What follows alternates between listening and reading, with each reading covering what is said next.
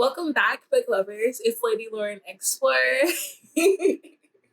And today I'm talking about a YA thriller, a queer YA thriller actually, and it's The Last Scene Leaving by Caleb Rohirch.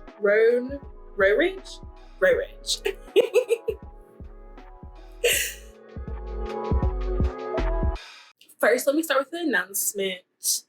If you haven't watched my other videos this week, then you probably don't know that Owl Crate and Fairy Loot are doing read-alongs for 2 books for October, and I'm going to be participating in it. I cannot wait. Owl Crate starts Monday, October 4th, and its book is A Lesson in Vengeance, and it ends on October 12th, which is my birthday. Yes, love it. Then we have Fairy Loot, whose book is These Hollow Vows. These Hollow Vows, I think. And that starts on Monday as well, and I think it ends on the 10th of October. So please, if you're gonna, join in, I will see you guys in the discussion chats, because if you didn't know, one of the people in the discussion chats who discuss the chapters and all that kind of stuff will win a free box from both. So if you do it on Owl Crate, you'll win. If you win, you'll get an Owl Crate box for free that month. And then if you do it on Fairy Loots, then you get a box for free that month as well. So that's not incentive, because everyone knows that they have great boxes. I am so ready. It's my first read along and I cannot wait. Let's just get into this book. Last Scene Leaving follows Flynn. Flynn is your average 15, 16-year-old. He's a skateboarder. He is just living his life with a secret. But this secret does not pertain to the book. It just comes up in the book. So we start off with literally him coming home from the skate park, and there's police out in front of his house. And we find out that his girlfriend, or his ex-girlfriend, has been missing since Tuesday. They suspect him to be the person that made her disappear and later died, the killer, and it comes out really bad, and then it gets even worse.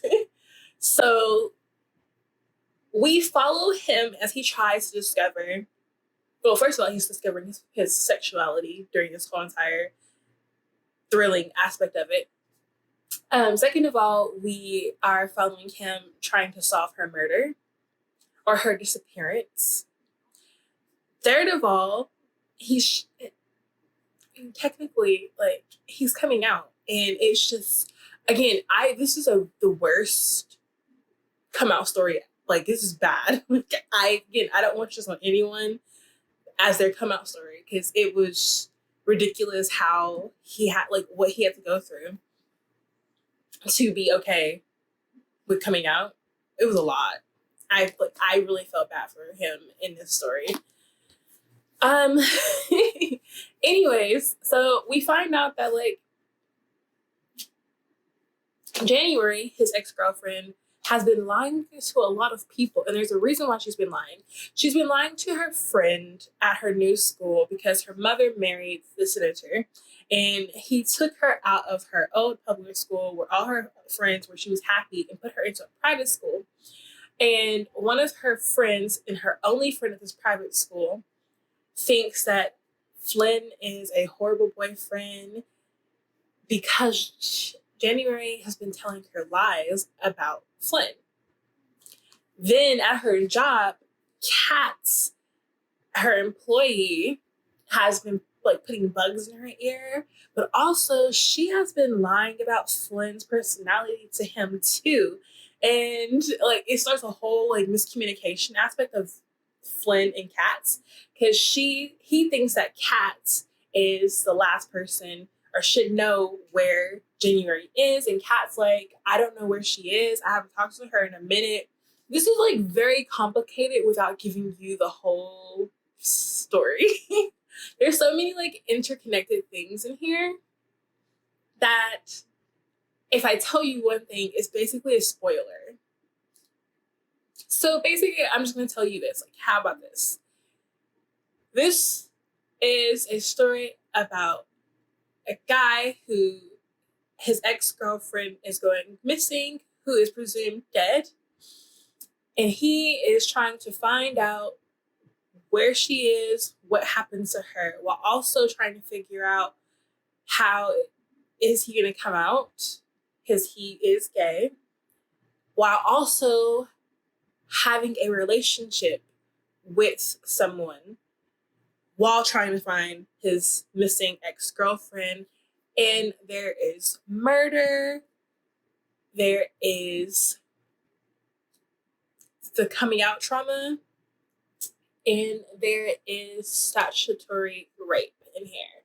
It's not graphic, it's actually heavily implied. When I mean heavily implied, I mean that it says that she was raped. That's basically it. So let's just go into my rating. I rated this a 5-star, I think. No. I rated a 4-star. Yes, I remember now. I rated this a 4-star, mainly because of the ending. The ending was so unrealistic. I was just like, why would you do this? Like, this started off as a great missing girl scenario in real life. I would think that this would happen in real life. You would look at the closest people to her mother, her stepbrother, her stepfather, and her boyfriend. All of them suspects. Then you find out something that happens to her. And then that leads you to a different direction, back to the boyfriend, maybe the stepdad. Then you find out some more things. It's just like a lot. But then it went off the rails when the ending came in, and I was just like, what? I don't even believe that. Why would you? Whatever. So it was a 5, and now it's a 4. Because that ending was just so unrealistic. And I know this is supposed to be like a fiction novel, but I think I would want like my thriller to be realistic. I'm not wishing death on anybody, but like, come on. Locked in a basement somewhere? I don't know. Come on. But I will say that I did not guess the murderer. Mainly because like I didn't, that's telling. That's telling. Yeah, I didn't guess the murderer. I also think that it's mainly because, I'm just gonna say it, that like the murderer isn't brought up in the book a lot. Like, come on. If you're going to be like, I thought this was like Scooby-Doo. You see the murderer, or you see not the murderer, you see the criminal in it, but you don't know like that they're a criminal unless like the clues point to it. But like, how can I guess the murderer if the murderer isn't brought into this book for like, I don't know, 4 times? Like, come on. I was like, that's cheating. That is cheating. But that's why, like, again, like I would have given 5 stars because I never guessed the murderer. And I never would have guessed the ending. Never. But overall, it was a good book.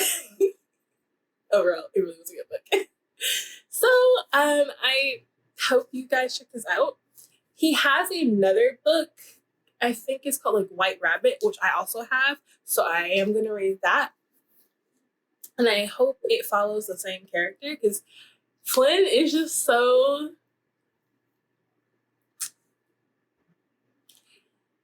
He's a likable character. How about that? He's a likable character. His friend, one of his friends, I hated what he did to Flynn, but if Flynn can forgive him, I can forgive him too. So, but this book again was like good. I gave it 4 stars, and it was a really nice thriller. That is it for this review. I hope you guys have a wonderful day. I hope that you guys will be joining the read along with either Owlcrate or Fairy Loot. And I will see you guys in my next review. Bye!